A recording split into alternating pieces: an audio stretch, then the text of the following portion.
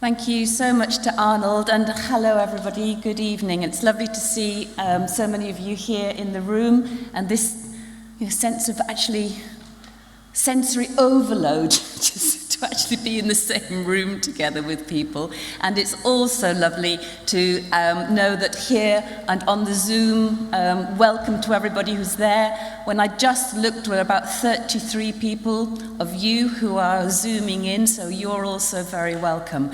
And the last time we were like this together was on Zoom, and that was in July, and we had over 160 people came into that Zoom meeting in July.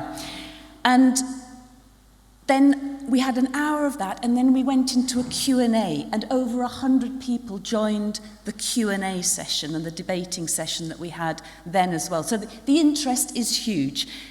And at that meeting, we said, we're going to come back with information because we've got things that we need to do.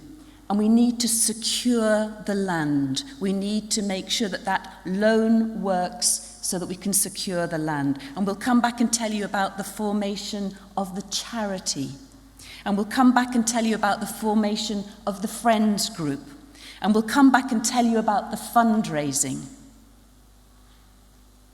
Well, it's a bumper program this evening, and we're going to answer all of those questions with some really, really good news and lots of progress. So without further ado, I'm going to invite the chair of our new charity, Histon and Impington Green Spaces. I happen to know him quite well, Rob Benstead-Smith. Would you like to come up?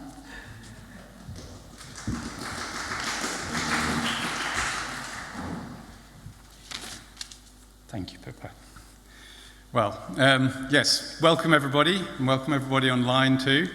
On behalf of the Histon and Impington Green Spaces Charitable Incorporated Organisation. We exist, and we have been registered by the Charity Commission, so that's an important step on the path towards securing Croft Close Set Aside and Longmeadow for the community in perpetuity. And it's more of a long hike, really. It's certainly not a stroll in the park. And we're still going, but we've made good progress, as Pippa said. And so I'm here to update you a little bit on where we are now. I think most of you, particularly if you were in the June meeting, you'd be familiar with the history, but I'll just run through it for anybody who wasn't. I suppose it all started about 3 years ago with the work on green spaces for the neighbourhood plan, and which highlighted how valuable those spaces were to people who live here. And that value was emphasised even more once COVID and the pandemic hit and showed us how much we depend on places we had taken for granted.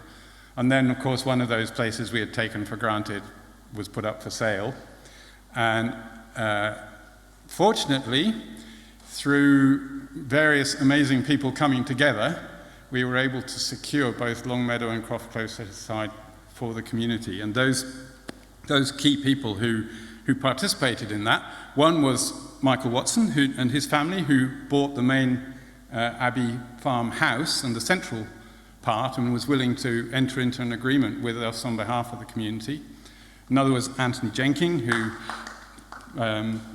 whose family put up the money to enable the deal to be done. Then there was Sally London, who committed to purchasing Longmeadow so that would be bequeathed to the community. And then there was Histon and Impington Parish Council, who underwrote, with guarantors for the whole thing, and gave that security that for all parties that this would materialise and be a safe project. And then, last but not least, all of you, the more than 100 people who made pledges at the beginning there, totaling close to £150,000, which gave all the other actors in this the confidence to go ahead. Because without that basis, we couldn't have proceeded. And, of course, those 100 and more people, and hopefully many more, will be key in closing this process once the fundraising is over and we can finalise the transfer of the land to the Histon and Impington Green Spaces charity. So the sale of the land went ahead in April. We had the village open meeting in June, and now here we are. The land is now leased to the parish council, so the parish council has responsibility for it until the fundraising is completed and the final transfers can take place. And we've set up two kind of working groups, one of which is working on looking after the land, maintaining the paths, putting in a fence that's part of the agreement, the legal agreement, doing inventories of species present and so on. So doing some of that initial management work. And then the other group is working on, well, setting up this Friends organisation, and also, of course, key part of fundraising and a certain amount of communications as well. So those groups have been set up and they're just doing the initial work. The charity's been registered, as I mentioned. We're now in the process of setting up a bank account and getting the HMRC, the tax authorities' approval for gift aid, which is a few weeks away still. We've got to be patient. All these processes grind on, but we're getting there. Being registered was the first key step, but we've still got that to do. The charity itself has just 6 trustees, and all of whom are members, so it's a very small, it's not a big membership organisation, it's just the 6 trustees. And I'd like to take this opportunity to introduce them to you. 3 of them are nominated by the parish council. This was the arrangement we set up to enable all of this deal to happen. 3 nominated by the parish council, and 3 who are individuals. So the 3 who are nominated by the parish council, one is Dennis Payne. Is you up on the screen there? Dennis, chair of the parish council. Hello, Dennis. Good evening, all. You can see him somewhere. Yay! There we are. Hello, Dennis. Then we have Penny Nuds. Penny, somewhere. She's on the screen as well. She's on the screen, Penny. So Penny is the chair of the Environment Committee for the parish council, and also organises the Enviro volunteers and generally stands up for trees everywhere. And then David Jenkins, who can't be with us tonight, but many of you know him as county councillor for many, many years, and also champion of the neighbourhood plan when we were working on that. And then the individuals, one is Anthony Jenking, who's in the room. Anthony, whose heroic role I've already mentioned. Then there's Daphne Fisher on the screen. Daphne, who's trained as a forester and has worked for District Council Parks Department for many years. Daphne, hello. There we are. Daphne, you'll be hearing a lot more from Daphne later. And then myself, Robert Benstead-Smith, I'm the chair of this group. I was very heavily involved in the green spaces part of the neighbourhood plan, and I've worked in international conservation before that. So, yep, so that's us, that's who we are, and that's all we are, and that's not, obviously we've got our working groups, but we need now to expand this. It's, as I said, it's a long hike, but there's lots of energy, lots of enthusiasm, and we had 150 people now who've registered on the website, registered their interest in being part of this initiative. And now is the time to step up, because we need friends right now. There's a lot to do, and so we need to reach out to all of you to get involved. The charity that's been set up the idea is that it's going to delegate the management of the land to the Friends organisation, which we are right now setting up. And so that means the management of the land, but also the associated activities, the communications, the managing the membership, the fundraising, and so on. There's a lot of work to do there. The charity remains legally responsible for what goes on. So it's our job to make sure that the land is always managed in accordance with the initial objectives, which are biodiversity conservation, people's enjoyment of the areas, educational use, and then looking after the archaeological heritage as well, which is an important part of the area. So we, as the charity, we have to make sure that those fundamental purposes and objectives are followed. So we kind of set that framework. But all the action, all the interesting stuff is going to be with the Friends organisation. And so that means, hopefully, many of you. And as I've just explained, there are lots of different roles within that. So that will build on the work that our small groups have been doing hitherto, but will expand it a lot. Another important step that's just around the corner, is going to start in September, is the preparation of a management plan for both sites. And that is a process that's going to be done in a participatory way, so there'll be technical inputs, but also every friend will have their chance to participate in the discussions and decision making about what goes into the plan. And Pippa is going to be running that process, facilitating it, and she'll tell you a bit more about it later on. So that's kind of where we are. I'd just like to close by saying that this is about green spaces available for the community in perpetuity. And that means, obviously, it should be championed by and enjoyed by and even led by young people, as well as older folks like us. And so I'm really happy that that is beginning to happen now, and that the people who are going to follow me here talking to you are the ambassadors, the young ambassadors for Histon and Impington Green Spaces. So that's all I have to say for now, and I hope you enjoy the rest of the meeting. Thank you.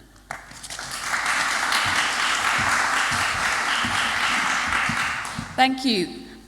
At the Zoom meeting, we had some questions, a kind of polling. I don't know if you remember that, those who were at the Zoom meeting. And one of the questions was about the age range of the people who were attending.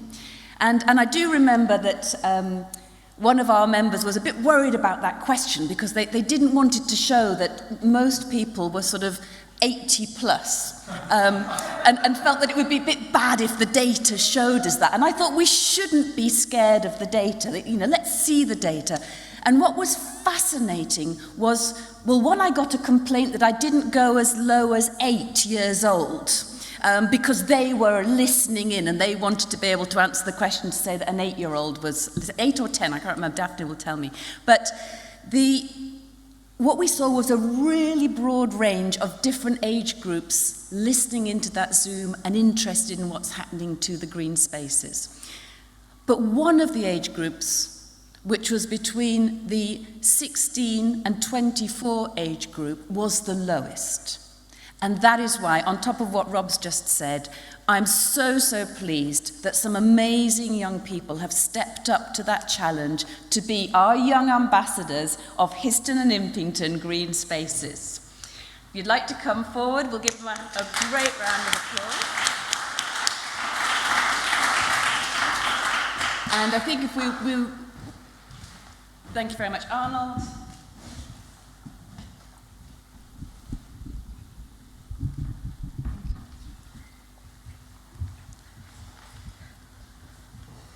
Hello, everyone here and on Zoom. We are the young ambassadors for Histon and Impington's Green Spaces, as we have been introduced. And we formed to ensure that a diverse age range can access and appreciate this site to help these spaces survive. We really care about the area and want to ensure young people are actively involved. We have many ideas going forward to raise awareness of the site, for example, social media pages and competitions to raise awareness while fundraising at the same time. As a group, we have diverse viewpoints and set skills, from events management, ecological monitoring and surveys, to sitting on committees, journalism, social media advertising and marketing. But us three as individuals... My name's Annabelle. I'm going to hopefully study environmental science at university due to my lifelong interest in nature. I'm very enthusiastic about making local change to help the local environment. Hello, my name is Hannah, and I have always loved nature and wildlife, spending hours just observing my back garden pond as a child. I now study ecology and conservation at university and have a special interest in ecological improvement and services. And I'm Ellen. I'm currently still at college, but I've always taken great interest in the environment, and I'm also a leader with a local brownie group in the village, and I'm also one of the chairs of Histon and Impington Youth Eco Council. keep these spaces, we must as a community use them, whilst allowing human enjoyment and nature to flourish. To enable this, at times, we may need to restrict access to areas of the sites for ecological improvement. We want to help ensure that when this happens, it's communicated in a considerate way that tries to mitigate lack use and ensure people are informed as to why part of an area is slightly segregated, for example, by putting up informative signs. We wish to promote the areas to a wide range of community members and ages. However, we also wish to mitigate the impact of innocent actions of enjoyment on the area by facilitating safer means. For example, fire pits dug away from dry grasses for people to use instead of building their own fires in places with higher risk of damage. And we also want to create special seating areas for people to relax and enjoy the area. To attract a wide range of ages to the site, we want to have nature spotting maps available, another Eco Fun Fest, outdoor performances, hands-on children's activities, and opportunities to work with local schools and groups such as the Scouts, the Guides, and the Youth Eco Council, to ensure that future generations will also have a connection to the fields and will deeply care about them. Together, we hope to collectively work to enhance our natural species spaces, biodiversity, and make them central to our village going forwards. To survive long term, these areas must be cared for and known about for generations to come, for they are priceless in terms of mental health benefits, ecological assets, and local history. And only if we work together as a community can we protect them. Thank you. Over to...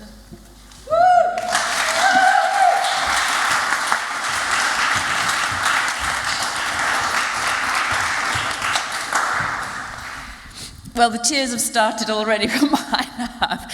And when Rob mentioned this land being looked after by the community, for the community, forever, in perpetuity, that can only happen if there are other people, legions of young people ready to take over. And wow, just hearing that and already raising some of the issues, which is about what will it mean to have young people accessing this area as well in a responsible way, but brought in together into the decision making. So absolutely fantastic. And it's a huge honour now to have another group coming up here, which are the SMAG group. And the SMAG group is the Site Management Action Group. And they should make a band, really. But I think we're going to have some music, so it'll be music to your ears, what they're bringing to you. So the SMAG group has been working very hard and been the most visible because they're the ones who have already been out there on the land inviting you to help clear the paths and come and do the nature walks and enjoy the land. So SMAG. Oh, and SMAG will be started, thank you very much. So Daphne is online with us.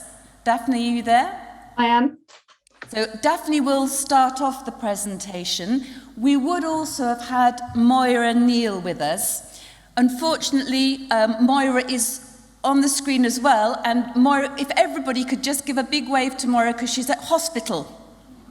So she's managed, I don't know how, but she's managed to get into a little side room so she can still join us. She's not going to miss tonight no matter what. So Moira, we're missing you here, but you've got such a preparation ready that I know that others are going to step in and use the images that you were doing. So Daphne, are you with us? Yes, here I am. Lovely, Daphne. And I think we're going to share the screen and you've got a presentation, isn't that right? Yes. Wonderful. Over to you, Daphne. Thank you. Yes, so I'm Daphne Fisher. I don't like the acronym SMAG. I hope we change the name when it becomes a new organisation.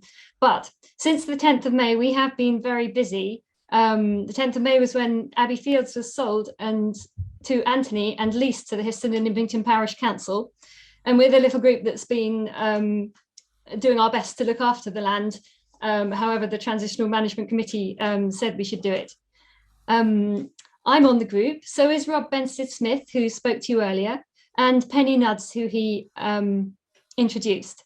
Also, we have on the team Moira Neal, who has been living adjacent to the Croft Close set-aside since 1966, and has been looking after the East Pond, which is right next to her house, and keeping the paths open for many years. We have Sally London, who has a special interest in Longmeadow. We have Guy Richardson, who is a keen photographer and has lived by Longmeadow for 25 years now. We have John Pavey, who is an environmental consultant, and Nigel Butcher, who is an expert on birds and wildlife recording technology. Can we start the slides, please? So I'm going to tell you now about some of the things we've been doing on Longmeadow. Can you see a picture of Longmeadow? Yeah. Good. That we've now found 115 species of plant, including in the stream, where we found water forget-me-not and water mint, amongst other plants. Next slide, please. We found 11 types of grass in the meadow. By mid-June, the grass was chest height on me. That's my meter rule in the picture. And we held an on-site meeting with Ian from the local wildlife trust. Now, he recommended cutting the meadow at the peak of its growth to remove as many nutrients as possible from the site. We were wanting to have wildflowers, and he said this was the best way to give the wildflowers a competitive advantage. So we did go ahead and have it mown along with Michael Watson's meadows. Next slide, please. And there you see it mown. Ian also suggested that we leave areas around the edge to be wildlife refuges for the insects. And there's the long grass left by the stream. And to our surprise, he picked out a special feature of the site at the far west end, that's at the end of this picture. Next slide, please. The elm suckers. There are mature elms in the hedge and on the neighbouring land, and they're sending out underground suckers, which are turning into young elm trees. So if we leave them instead of mowing them, we could have an elm grove. Elms being fairly rare because of Dutch elm disease, this would be a great thing for the white-spotted pinion moth, which is a conservation priority, only lives on elms. Next slide, please. We had an expert tree survey to check the larger trees for safety. The most notable one needing attention is the fantastic wide sycamore at the end of Longmeadow. Very sadly, it is dying. That was the expert's opinion. And we found a couple of other trees that need work and more discussion as well. We also have an obligation at Longmeadow to put up a fence. This is part of the sale agreement. The estate agents chose to divide up the land differently. So the end of Longmeadow nearest the Abbey Farm driveway has become part of Abbey Farm. The fence posts were going up earlier this week. Michael Watson's been putting them in, and we'll be helping him finish the fence. So that's what's happening there. Next slide, please. Right, we're now moving on to the Croft Close set aside. David Dives, the local botanist, and I have been adding to the records, and he now has a total of 151 plant species, which we've recorded on the Croft Close set aside. We've run 4 practical volunteer tasks to keep the paths clear, to cut back vegetation from the paths, particularly where they go through the brambles or through the blackthorn, and also to cut back vegetation growing against one of the neighbours' boundaries. Next slide, please. We had the expert on trees. He's an expert on ancient trees. He came to look at our veteran oak tree. He estimated this tree to be between 400 and 500 years old. It's not the oldest or the widest in East Anglia, but it is a significant tree. It has a high habitat value, and it's worth looking after it however we can. So he recommended removing those trees which are competing with it, and so that sunlight can fall on the stem and the lower branches, which is likely to stimulate the tree to produce epicormic growth, that is a small branches coming out. Now, oak trees, when they become mature and over mature, are likely to drop branches. And that's a natural strategy for them to reduce the volume of wood that they have to maintain with their photosynthetic area. And these little new epicormic growth from the trunk and the branches, the lower branches, is what would maintain the photosynthetic area and wanted to drop to large bough. So that's good for the long-term future of the tree. So we're discussing whether to do that and how to do it. We also identified a second ancient tree on the site.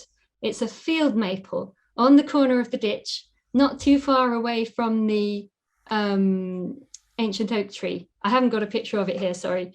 It's right by the exit to the meadow.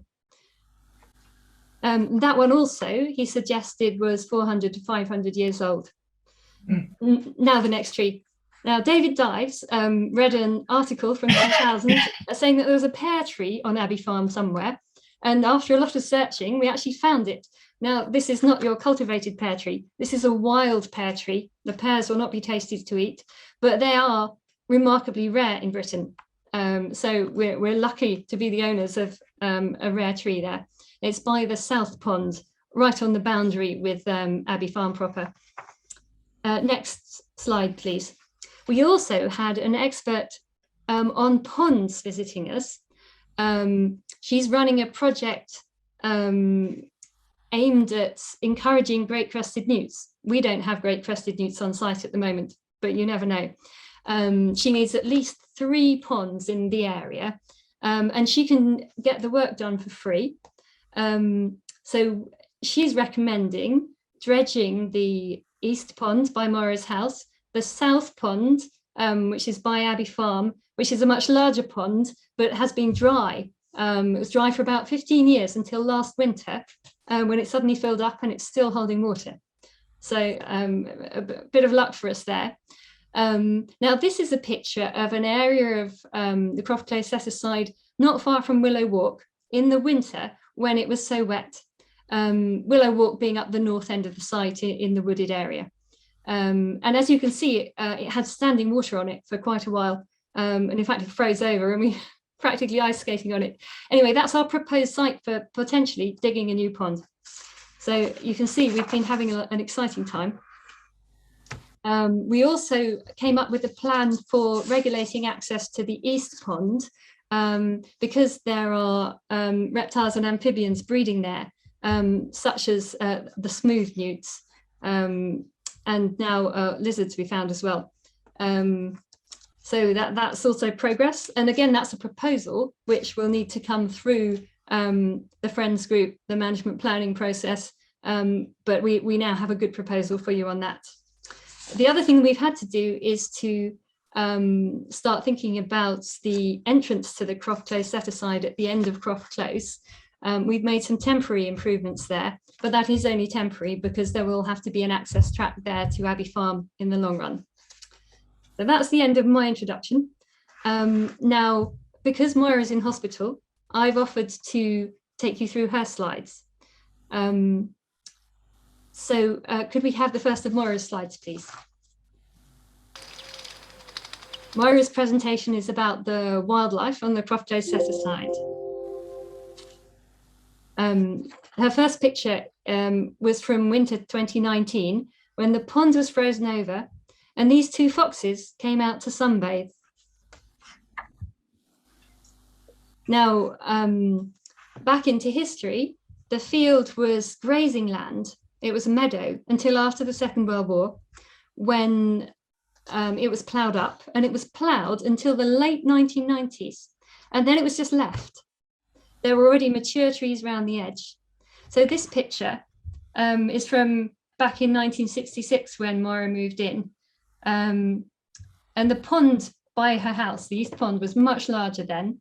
And the field was a ploughed field and growing arable crops. Next picture, please. And here's a picture of the East Pond. I think you went back. We need to go forwards now. That's it.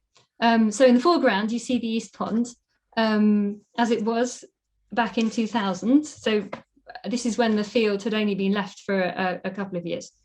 And in the distance on the left, you can see a couple of wet areas. You see it was flooded. We think that it's about there where we're proposing to have the second pond.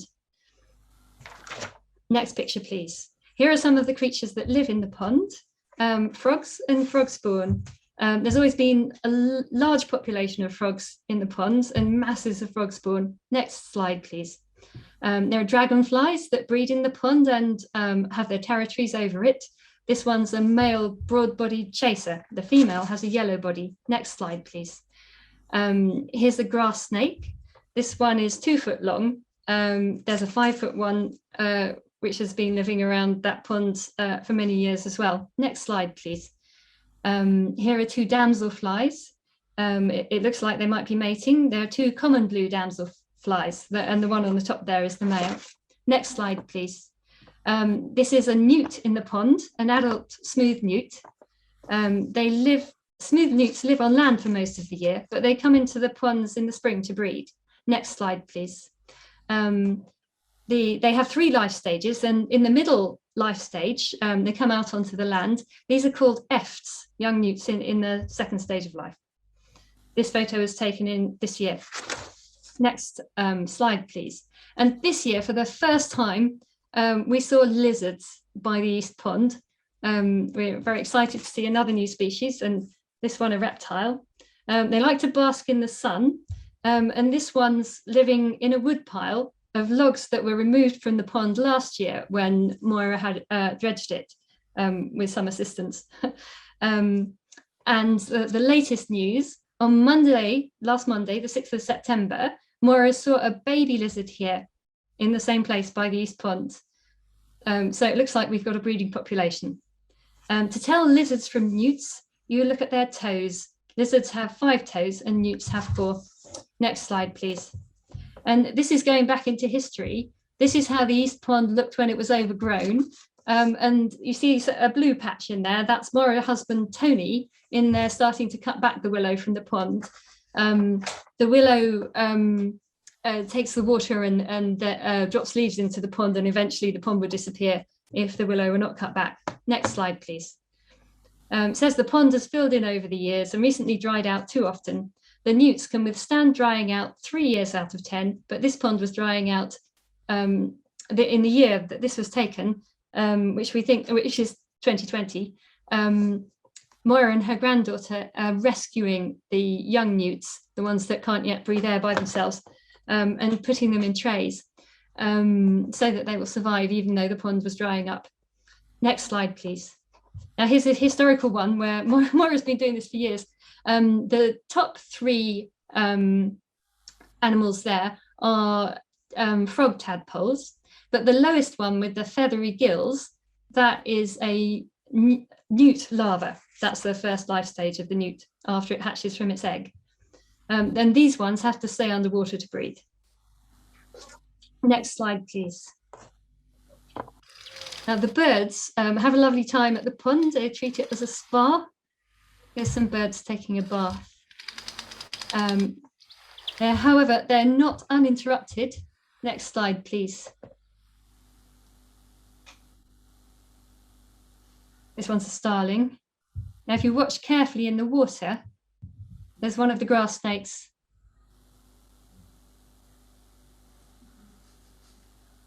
This is the 5 foot long one. The snakes eat frogs and newts, as well as small birds and mammals.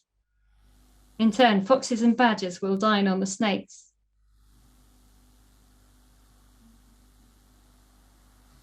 Next slide, please. Here's Moira's grandchildren back in 2007, one of the oak trees, which is now 30 to 40 foot high. And in 2010, there was a phase when the field was largely covered in dandelions.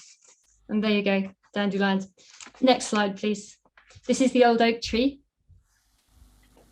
Moira used to go out to try and ask the teenagers who were setting fire to the tree to stop, and went out with buckets of water many times.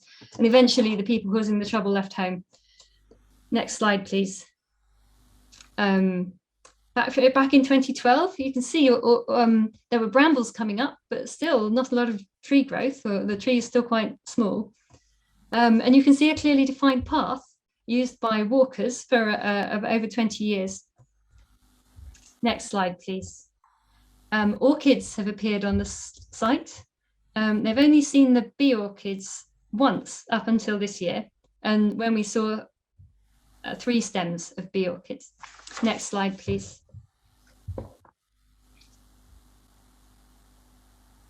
And this year, for the first time, we saw 2 pyramidal orchids in different areas. Next slide, please. And some common spotted orchids. We had to be careful of them when we were clearing the paths, not to cut those.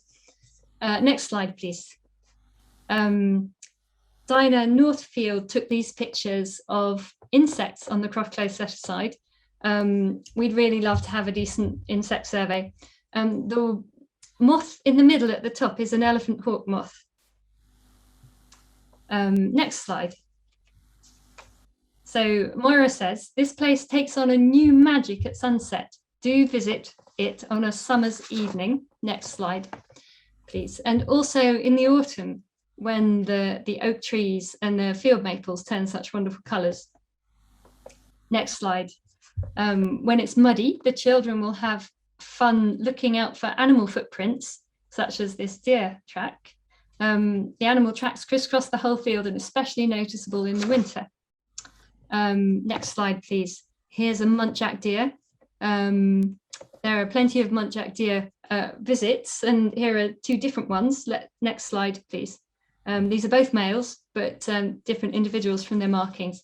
More often sees them at the ponds. Next slide, please. She sees, every time she puts up a trail camera, she sees squirrels.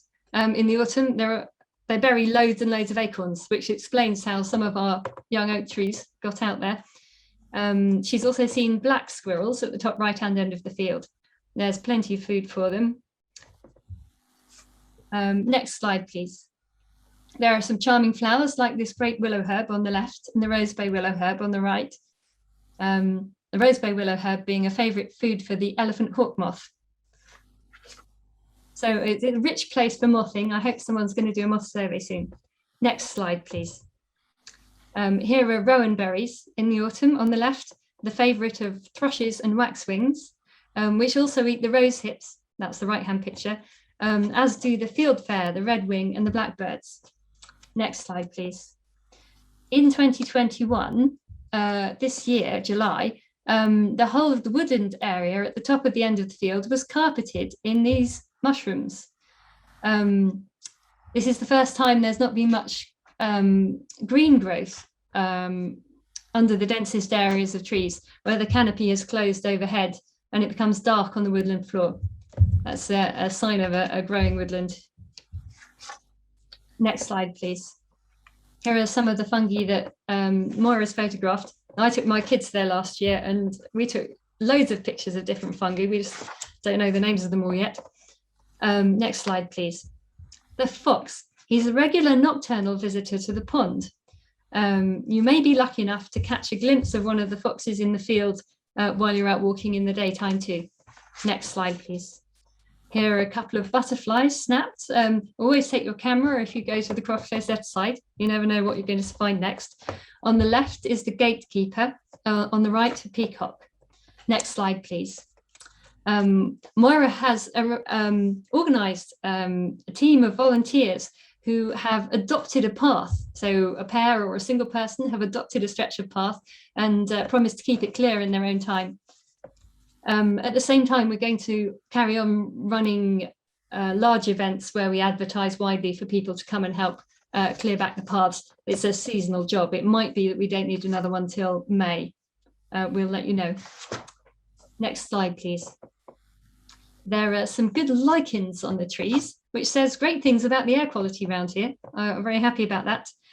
This one is Ramalina fastigata. Keep a lookout and you may in fact spot them. Next slide, please. Some of the trees have a sort of skirt of moss around the base. The first one's a lichen on the left, that's a moss on the right. And now going to winter, let's see the next slide, please. This is from winter 2020, the heaviest flooding since 2000. And the wettest year, Amora says that she's seen the site since 1966 when she moved in. And finally, a snowy day in winter, the whole place is transformed into a wonderland. Animal tracks and footprints crisscross the whole field.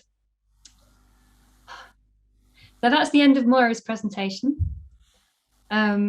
And I'm now going to hand you over to Sally, who will tell you about Longmeadow.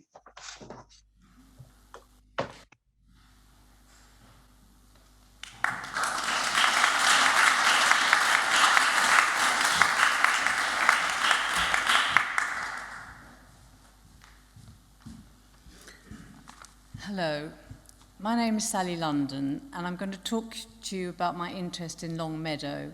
I've lived in Histon for 32 years and have become very aware of how open spaces for nature are fast diminishing. Oh, there we are. That's Longmeadow in the spring. A lot of you, I'll know quite a few of you from the village,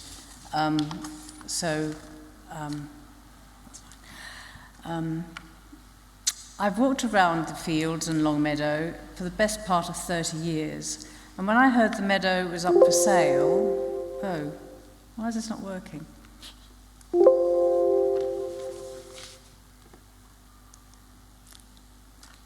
When I heard the meadow was up for sale, I felt I had to raise the funds for it, as I couldn't risk it being sold for possible building or development. For me, it's all about nature and conservation, and for like-minded people to enjoy and to wander and relax. The stream once harboured little water voles, who every now and then reappear. It's now home to the little egret and many other birds and mammals. In the past, my children have collected conkers from the canopy of horse chestnut trees growing along the side of Park Lane. Although I've always wanted a wildlife meadow, it quickly became obvious that this had to be shared with everyone else.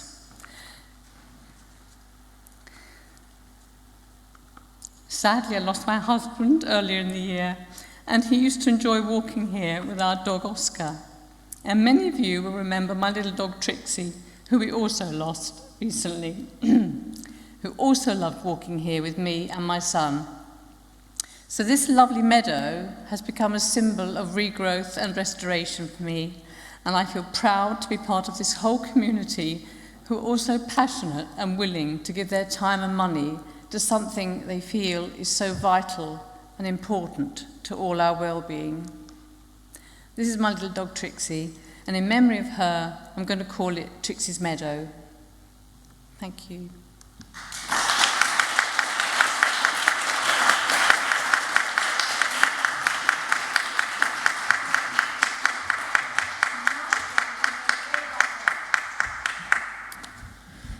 Wow, blimey, how do you follow that one then? Goodness me. Yes, I'm Nigel Butcher. Compared to Moira and Sally, I have a long affinity to the site. I'm an Impingtoner, so I'm a bit of an imposter really. But I was heavily involved, as Rob mentioned earlier, with the Green Spaces project early on. And a lot of my input was on my Impington sites because bird watching and wildlife enthusiasts are very much patch focus, or I've got to look on my patch, or you can't go down the road and look elsewhere. So I was very focused on Impington and filled in a lot on that area. But when COVID, the big plus from COVID for me was actually getting out a bit further afield, and I saw everything that Sally and Moira and all these other people had gone before had seen what Croft Close and Longmeadow offered to the village, and it was awful had we lost them. So I'm ready to go, John, I think.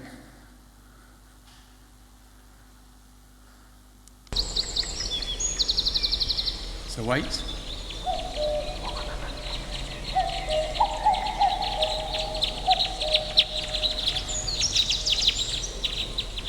So I'll let you shout a bit of kind of interaction, crowd interaction. Who knows that call then for me? The main part of the call, what was that bird calling? Cuckoo, yes. Cuckoo. So cuckoo, I've never seen it at Croft Close or Longmeadow, but Moira has reported them, and Croft Close provides everything you want for them from their stopovers on migration. So a great bird to see there. And this one.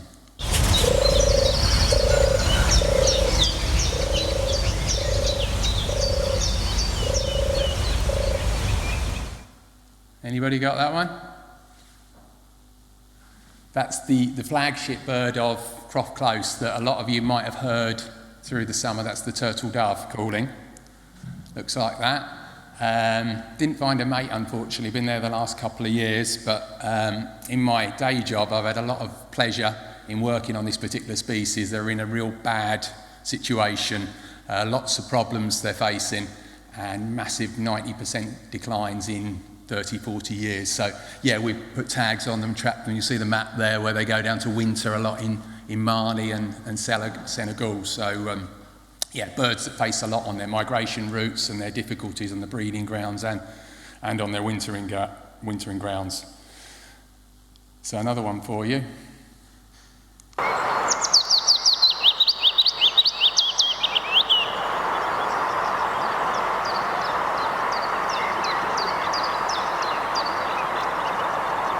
This one.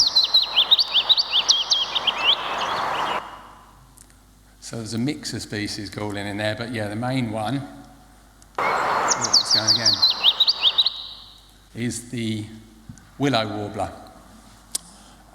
So a lot of the birds you will hear in Croft Close and Longmeadow you probably won't see, because as a friend who I took there who's the CEO of the BTO, when she walked around, she said, this is an amazing soundscape. You get away from the roads, you can hear everything, and a lot of people won't see a lot of these birds. So in my own time, I do a bit of bird ringing, and you'll see these close up. And this and the species in the next picture, the chiffchaff, are very subtle in their differences between them and the willow warbler, and it's very much on. Yeah, most people would identify them by their sounds, the chiff-chaff, chiff-chaff, chiff-chaff, chiff-chaff. You might have heard it before, but yeah, if you hear them calling, they're very distinct differences, but in the hand and visually, they're quite similar. You have to look at the length of the feather and of the six primary feathers, so it's all very complicated, but seen in the hand. So great birds. All of these are migrational. The chiff-chaffs will go to much more so Iberia now. As the planet's warmed, we have less movement, as some of these warblers are not going quite so far because they can survive in Iberia and places rather than go to Africa. So a lot of chiffchaffs winter in Iberia. Willow warblers will carry on down into Africa more. So this one, you can just see him. This is another common warbler. A lot more of these are staying over the winter. You might see them in your gardens. This is the black cap. As we've warmed up, a lot of birds are now wintering down in the West Country, so if you live in Cornwall and Devon, you'll get them in your garden. You might get them in your garden on your fat balls over winter if you're lucky. And this is the other side of it. So this is, I think it's a young one, but yeah, the females are a brown cap, so it's a black cap female or juvenile. I think this is probably a juvenile by the look of it on the picture. So other warblers that you'll find in Croft Close. This one, another beauty, common white throat. In Croft Close, breeds in the summer. That's another picture. So yeah, I have to thank the people for the pictures. My wife, some pictures from my wife. I think Martin Minarak, who's online. This is one of his. I thought I'd better get a picture. I love the little effect there with the brambles on the photo there. Just exactly what these birds need once they're ready to refuel and head off back to Africa. Then they'll rely a lot on brambles. And I had one of my trips to Senegal for work where I was doing turtle dove work. I actually ringed some white throats down there, so I actually seen them at both ends of their journey. So it's amazing these 12, 13, 14 gram birds make it all the way down there. So we have another warbler. It's similar. This is the lesser white throat, slightly different in its colorations, but a bird that is completely different in its migrational movement. So the white throat flies straight down, goes south into Africa, winters Senegal and down the Sahel region, whereas the lesser white throat heads eastwards and will migrate across the Middle East, and they winter in Sudan and Chad. So there's a better picture of one there. closer quarters. And yeah, this is a bird of Long Meadow, so it wasn't there last year, but they're bred there in the past. They're often up on the edge there. It's a spotted flycatcher, another Afro-Palearctic migrant. And then we've got our resident stuff, some stuff that doesn't move so much. So in the realms of keeping things balanced and equality, I've actually shown a female here. So it's a female linnet. The males are quite pink on the belly, but this is a female linnet. And then another striking bird that I've seen on the edge there, a more farmland species, but you'll find in the Croft Close, a yellowhammer. And then a bird here you'll all be familiar with, but that they do actually migrate. So yeah, people think, yeah, the robins are here all year round, but a robin, majority of them, the ones that will come up close to you and are quite friendly, most of those will be the resident robins, but the ones that skulk around and are more invisible and shy are Scandinavian visitors. So we get a lot of winter visitors of robins, blackbirds, things like that. You probably don't expect us as being a migrant bird. Yeah, lots of starlings as well, invasions of starlings at winter. And these things I touched on, I heard them mentioned earlier. Yeah, great things. Moira had them in the set aside. I think she had her earlier report than me of a redwing last winter. So it's, yeah, winter thrushes come for our berries, come down, big numbers in Iceland, but yeah, lots in the Arctic regions. They go there to breed. And same with the other thrush, slightly bigger, a lovely grey individual. It's a little bit dark on that picture, but yeah, the fieldfare. So fabulous birds. So it's a real oasis. Birds stop there, coming and going, both these sites. And I'm just really proud, as gone before, that I do a lot of stuff with ringing at Milton Country Park, and it's just so great that the village has got involved in actually creating our own nature reserve, and I applaud everybody for doing what they have done to get us to where we are now. Thank you.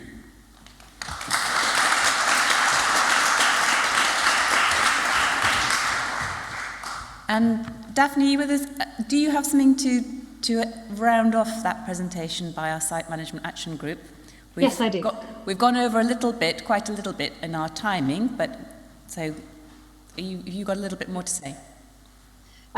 When Juliet Vickery, the CEO of the British Trust for Ornithology, came to Croft Close Set Aside in Long Meadow, we'd asked her to help write the report, which we used to register the charity. She said, gosh, the really special thing about these places is the range of habitats that you have close together here.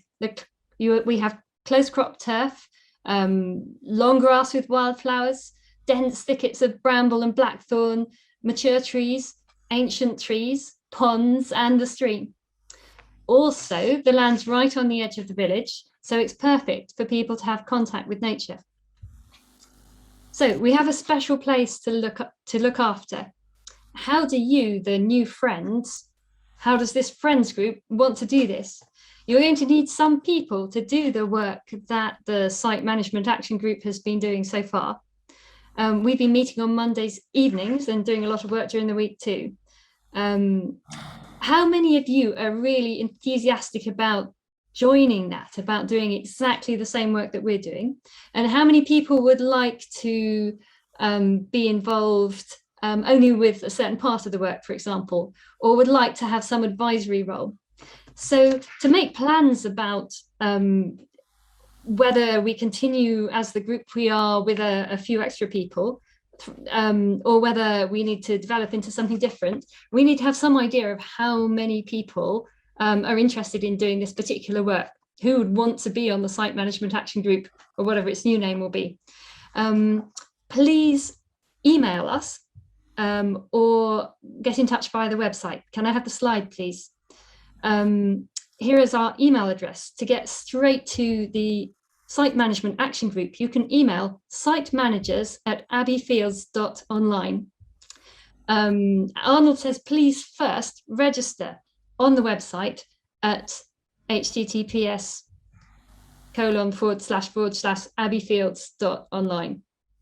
And also, if you send a message via that, that should come to us. We have had some teething problems with getting the messages to the group, and we apologise for that.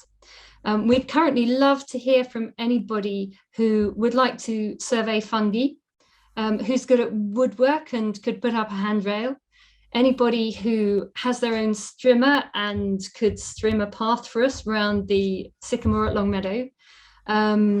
And is there anybody who does landscape design drawings and would like to work on the entrance to Croft Close set aside at the end of Croft Close?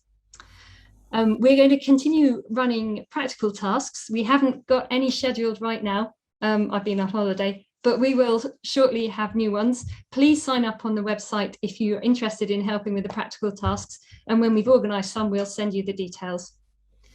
Also, you can use our email address, sitemanagers@abbeyfields.online, to tell us if you see anything on Croft Close set aside or Longmeadow that we need to know about, such as people riding quad bikes or a new orchid in flower. So I look forward to meeting more of you soon in person or on Zoom. Thank you. Thank you. That was just magical, so thank you everybody from the Site Management Action Group. And that's the promise in a way. You know, it's loaned to us still. So to make this truly ours, we have to bring in the dosh. And so who's got the cosh for the dosh is Kate Brereton, who has been helping us with the pledges, and she's going to give us now an update on where we are with fundraising. Kate, thank you. Thank you, Pippa. I'm feeling a bit overcome right now. We are so lucky to have these special places here in our village. I can't believe it, and it's just amazing to hear all about the wildlife, the flora, the fauna, and inspirational too. As Rob said right back at the beginning, it's been quite a long journey, this project. Those of us that were in at the beginning, it's been longer than a year. I've kind of almost lost track of how long, but definitely longer than a year now. And there have been many, many meetings. But hearing that just inspires me to go on with this project. It's just incredible. So fundraising. Let me just recap where we're at with the fundraising right now. Those of you who've been at the June meeting, some of this will be familiar to you, but for those of you who weren't, we have set a fundraising target of £500,000. £500,000, and that will cover the capital cost of purchasing the land, and then give us a little bit on top for extra costs, such as the fencing that was mentioned as part of the sale agreement, and just making sure that the pieces of land are nice and safe and easy for people to access. So £500,000 is the target, and we're doing really well. We're doing really, really well. To get us off to begin with, we have Sally London's very, very generous pledge for Longmeadow. That takes us a third of the way there already. Thank you from the bottom of our hearts, Sally.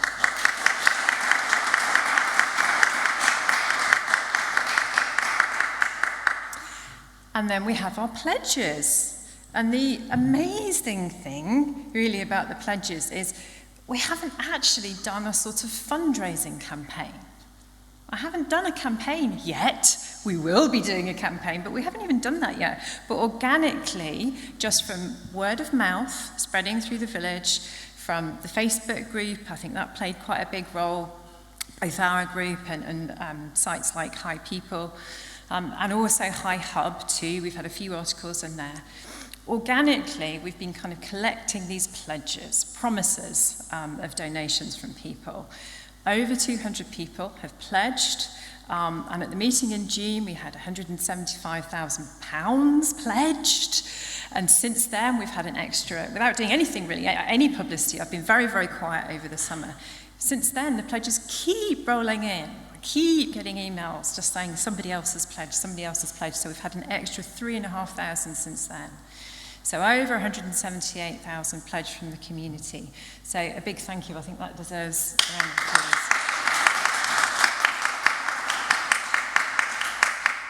And so if my maths is correct, that leaves us with roughly 150,000 left to raise. So I think we're in an incredibly promising position. We are about to launch. We're kind of a breath away from launching what I call the fundraising campaign proper, in a sense, and actually being able to collect money. But as Rob said at the beginning, we've still got a couple of things. We need a bank account. At the moment, there's nowhere to put this money. That application process has just been started. It's going to take a few weeks, but hopefully, I think 6 weeks is the maximum, so that's imminent. And then we need to register for gift aid. And again, I'm hoping that will only be a few weeks. So we're almost at the point where we can start to collect some of those pledges. And that's likely to be myself getting in touch with you to bring that money in. But really, what I'm here for tonight is to ask for your help. I really could do with some help with the fundraising. And for me, it's an amazing opportunity. Like, this is a gift that we can give not only to our community here and now, but also for the generations to come. And that's what's so special about this piece of land. And we saw from Moira's presentation, didn't we, how it's changed. I can't believe how much it's changed Croft Close Set Aside just in the last 10 years. I wonder what it will be like when hopefully I have grandchildren. What will I be showing them when I show them around the land? So this is a gift for the future generations. So to be involved with this fundraising, that's an amazing contribution that you can make to this community. So please do, I'm a bit like Daphne, please sign up on our website, abbeyfields.online. And when you put in your email, that's great to begin with because it means you will certainly get invitations to events like tonight, and you'll also get a regular sort of monthly newsletter with updates from the land and hopefully lots of pictures and interesting information. I've learnt new things tonight. I didn't know we had willow warblers on the land, Nigel, so great. I will be listening out for those. I also didn't know that robins migrate, so the newsletter will be full of interesting facts like that. So sign up, put your email in, and underneath that, you have an opportunity to say what you're interested in, how you would like to volunteer. And fundraising is on that list. And if you tick the box beside fundraising, then I get sent your name and you kind of can be added to my list of people. Several people have done that already. Thank you to those people. If you don't want to sign up on the website, that's absolutely fine. You can email me personally. I have an Abbey Fields email, so that's kate@abbeyfields.online. Very easy and simple to remember. Or you can message me through Facebook too. So you can private message me on there, that's also fine. And again, I'll add you to my list. And I am hoping to convene a meeting of people interested in fundraising within the next couple of weeks, I think. I'm thinking about next Saturday morning, so Saturday the 18th of September. So maybe pencil that in your diary. And that would just be an opportunity for us to all get together somewhere, maybe Zoom, or actually maybe in my garden if the weather's going to be decent. And I can get an idea of what sorts of things people would like to do. Yes, there are the pledges, but there's so much more to this project than that. And the few of us that have been involved in thinking about fundraising ideas have had all sorts of ideas. I would love to do a launch event for this charity, for HIGS. I have all sorts of ideas about this, but I can't organise it on my own. Would you like to be involved in that launch event? Is that you? If so, please let me know. I'm also thinking about things like merchandising and thinking about like an Abbey Fields t-shirt with maybe one of those amazing pictures of the wildlife. Christmas is coming up. That actually could bring in quite an amount of money. Is that your sort of thing? Could you organise some t-shirts for us or some canvas bags or whatever it might be? There's also other forms of fundraising like grant writing. Again, that's a nice little sort of self-contained bit of fundraising that you can do without too many meetings involved if you're not a fan of committees and meetings. So lots of different income streams. And please do come and get involved. So I can't imagine it's such a great contribution to give to the community to say, this is what we purchase for the community forever. Thank you very much.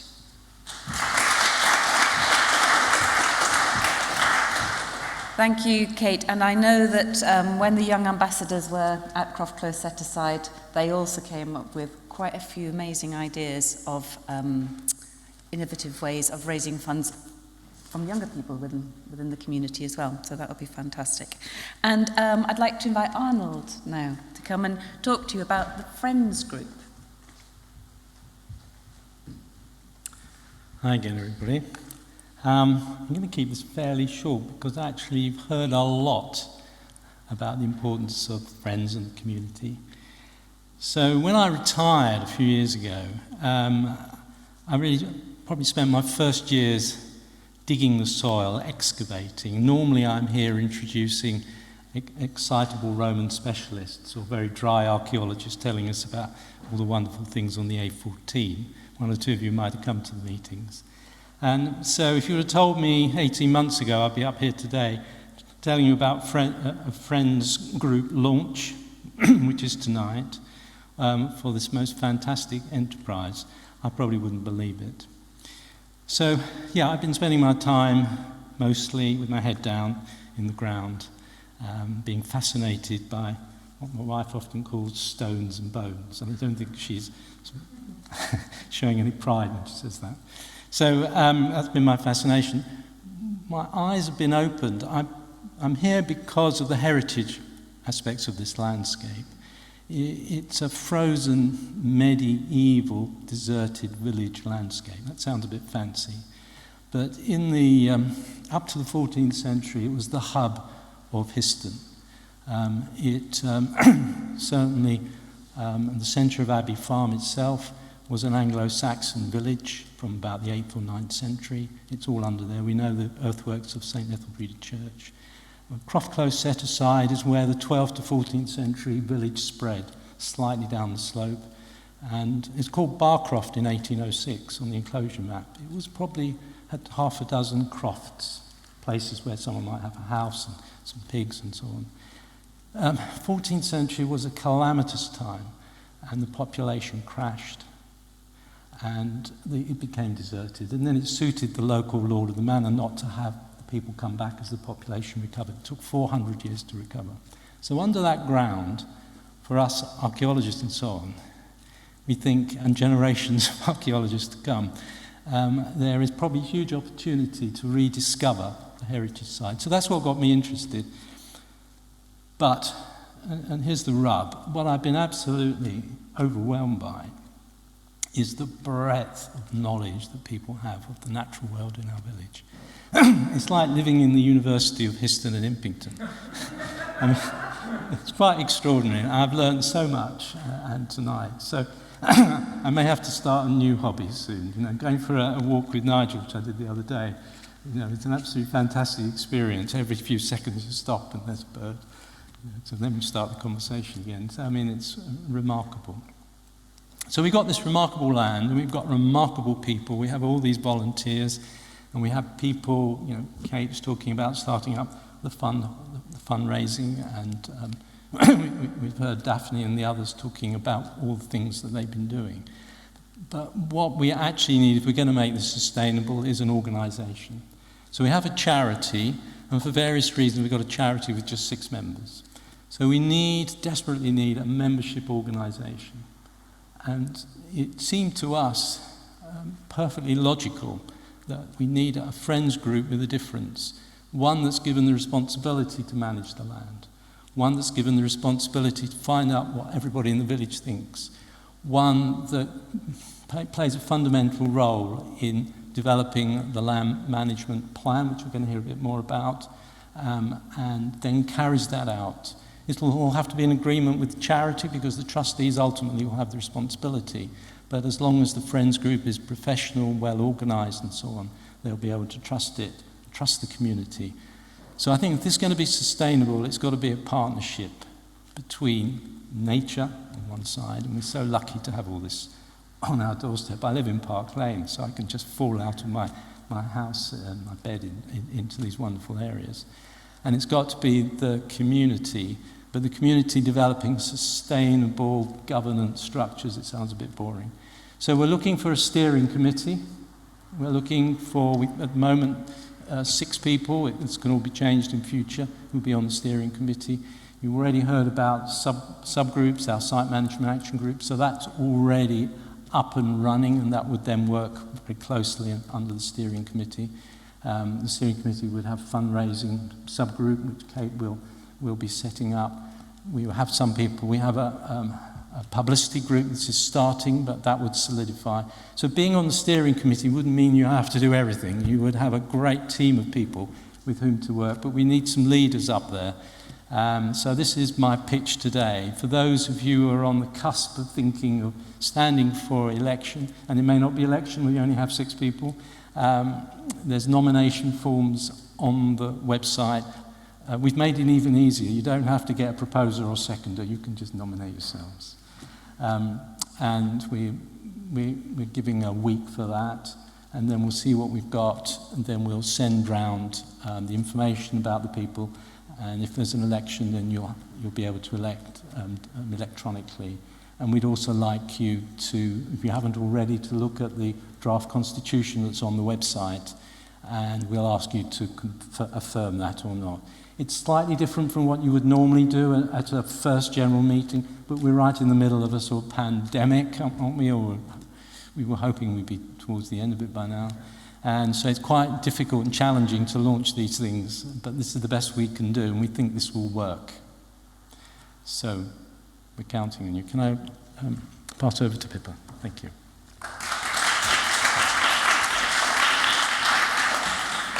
So this is the inaugural meeting. So we've had people who've already gone to the website to say we're interested. If you're interested, you're in. And you'll probably get an email to say confirming that you're in. And if you haven't, then become a member, become a friend, and do more.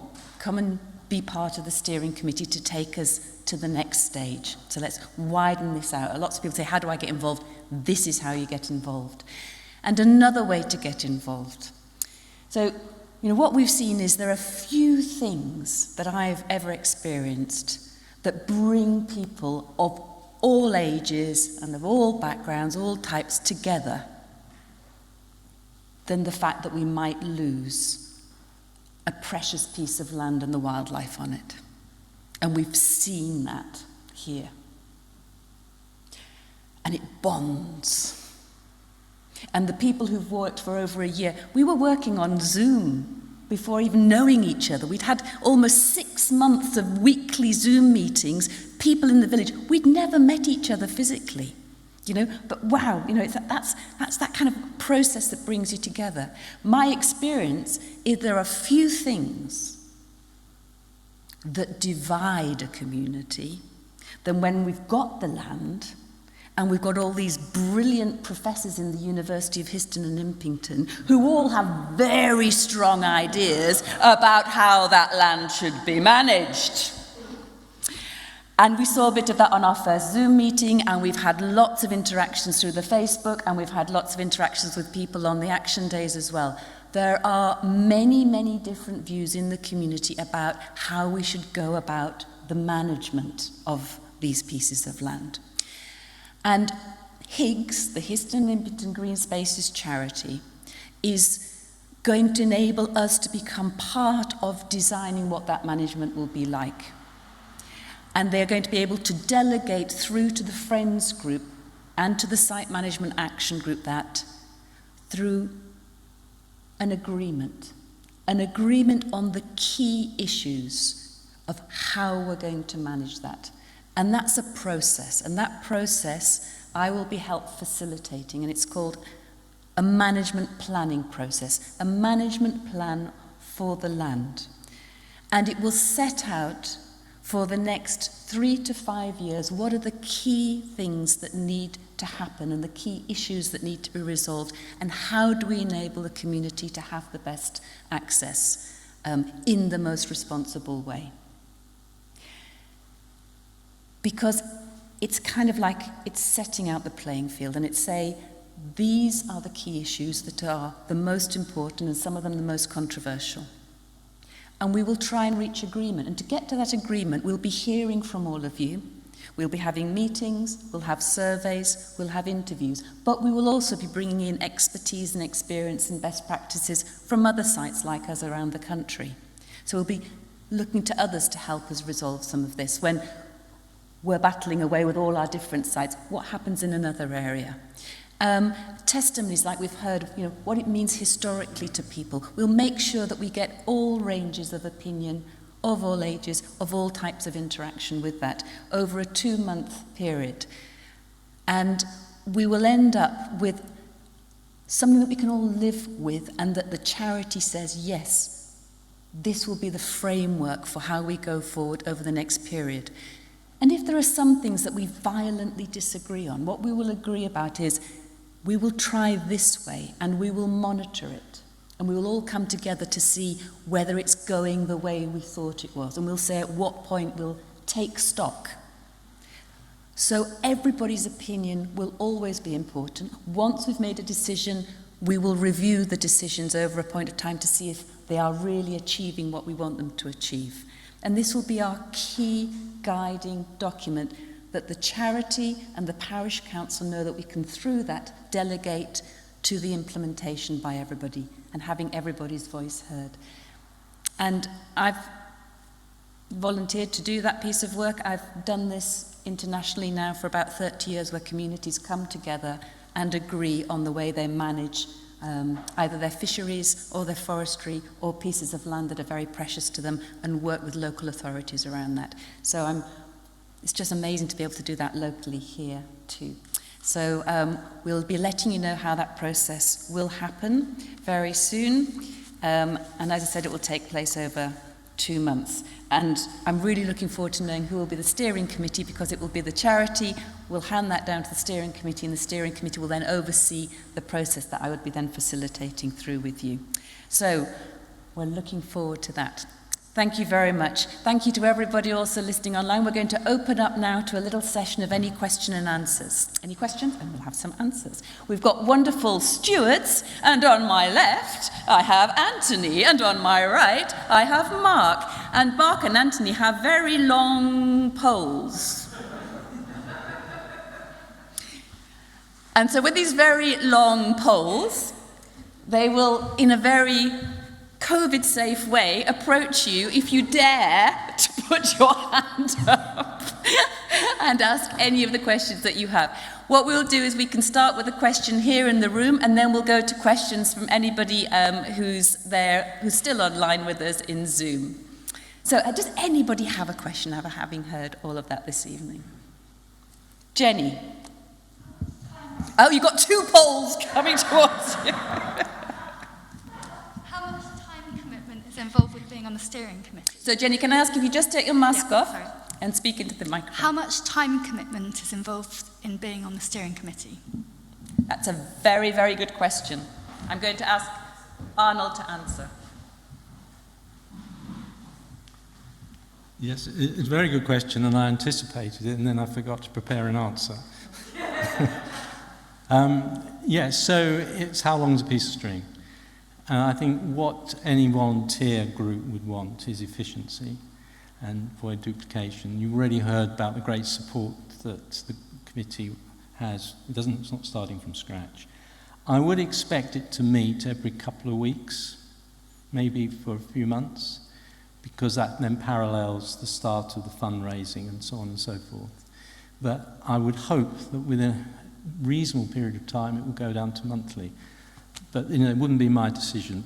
But I think if it had to continue to meet fortnightly or more frequently than that, then I think probably it wasn't very efficient, because a lot of work can be done in between. So that doesn't sound good, does it? A lot of work can be done in between. So I think the key thing is in the phrase steering. So just imagine you're sitting there in a boat and you're steering it. And it's such a well-designed boat, it hardly needs any energy. And that's what we're going to aim for, because we're going to have very good teamwork, a good organisation, a tight ship. And that when the steering committee is working well, it will seem like no work at all. Thank you, Arnold. You forgot to mention the choppy waters that boat is going to be sailing through. Kate, do you want to? Yeah. Can I just add to that? I think Arnold's emphasis on steering actually is really key there. From a fundraising point of view, I would love to have somebody that could sit on that committee and just keep an eye on what all of the fundraising folk, like myself and others, are doing. So actually, you don't really need to do any of the fundraising yourself. I just need someone to sort of monitor it and keep an eye on it and make sure the comms are kind of consistent. Because I don't have the time to do that when I'm going to be collecting in all the huge number of pledges that we've got. So that's maybe one example of a role on that committee, just to give you an idea. Thank you. Good. I mean, and another one would be, for example, on the comms. So, you know, it's somebody to have an oversight, you know, on just what messages are going out. So we've got the comms team producing lots of things. Who gives the kind of final say off? So again, it's that steering. And I think quite right, Arnold, that you're saying, you know, probably a fortnightly at the beginning. And I think what we would say is, we do see at some point the Friends group and the charity merging and becoming a membership organisation. So this is steering us also towards a community membership charity, which is the charity is interested in too. So this is just making sure we really get offsetting, get the money, get the land managed, and then all come together. Can I go to anybody online? Has anybody online raised their golden hand or put in the chat or anything? Is there anybody online still? Yes. Can we see the people online?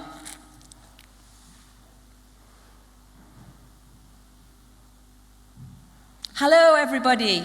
Hello. It's lovely, lovely to see you. Does anybody have a question?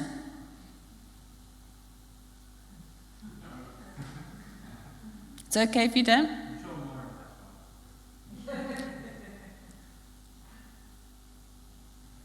No?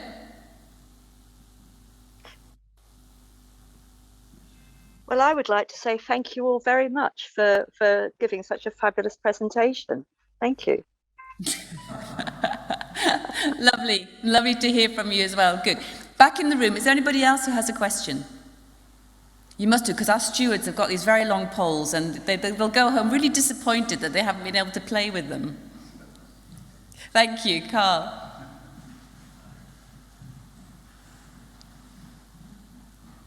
Hello. Could we have a barn owl box?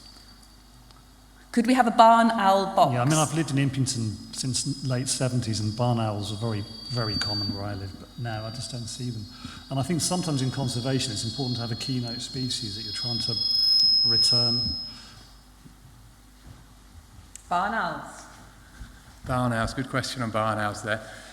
So yes, barn owls, but I don't know if you're aware, tragically we had a guided bus killed a barn owl over the back of Gatehouse Road between there and Oakington, so we have to be careful of the sighting there, because you know obviously buses, double deckers going quite fast, low flying barn owls. So yes, barn owls, there are some around the village. There's still one left, but it probably done for last year's pair, so I think we need to be a bit strategic. I'm all for barn owls. There's some in Impington where I am, but I think it's the sighting in the right place, and the guided busway is a little bit of a risk. And that's exactly the kind of conversation we want in the management plan as well to come through. Any other questions? Yes. Thank you very much. I haven't looked at the website recently. I'm wondering whether the details that we've heard this evening about the structures and how they fit together, whether that is somewhere on the website, because I would find that very helpful. I've also got a specific question, and this goes back to the presentation on trees.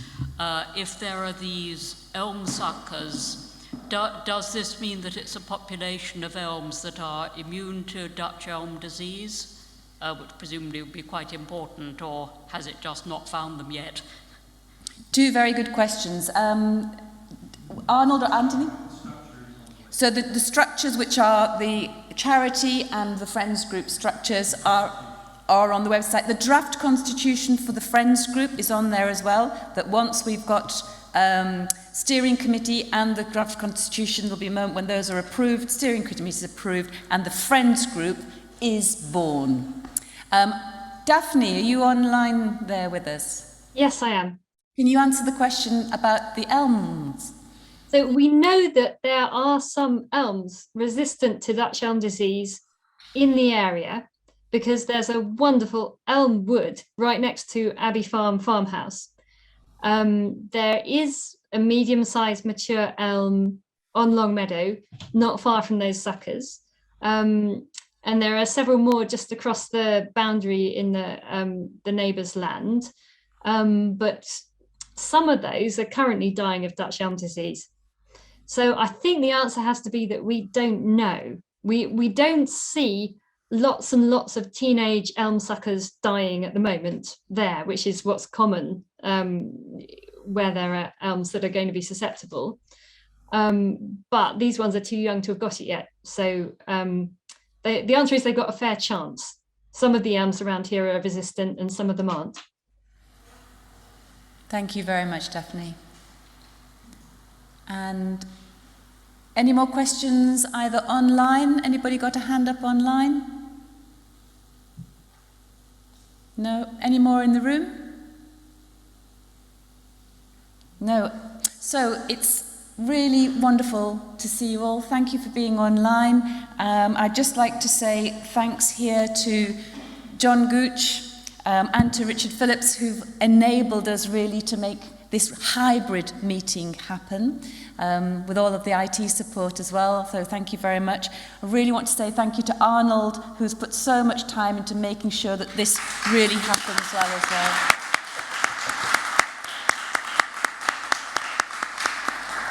If you want to know about somebody who steers, then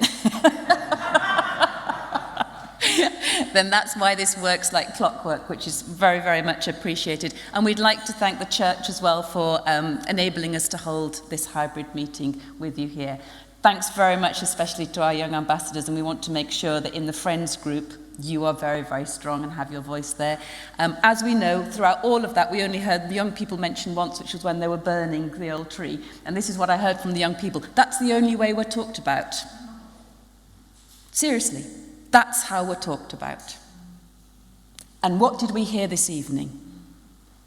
And that's what we've got to give voice to, and that's the future. You are the future, so thank you so much for everything that you're giving and for the other people that you're going to bring into this. Thank you, everybody, for coming out this evening, and we're really looking forward to our new steering committee.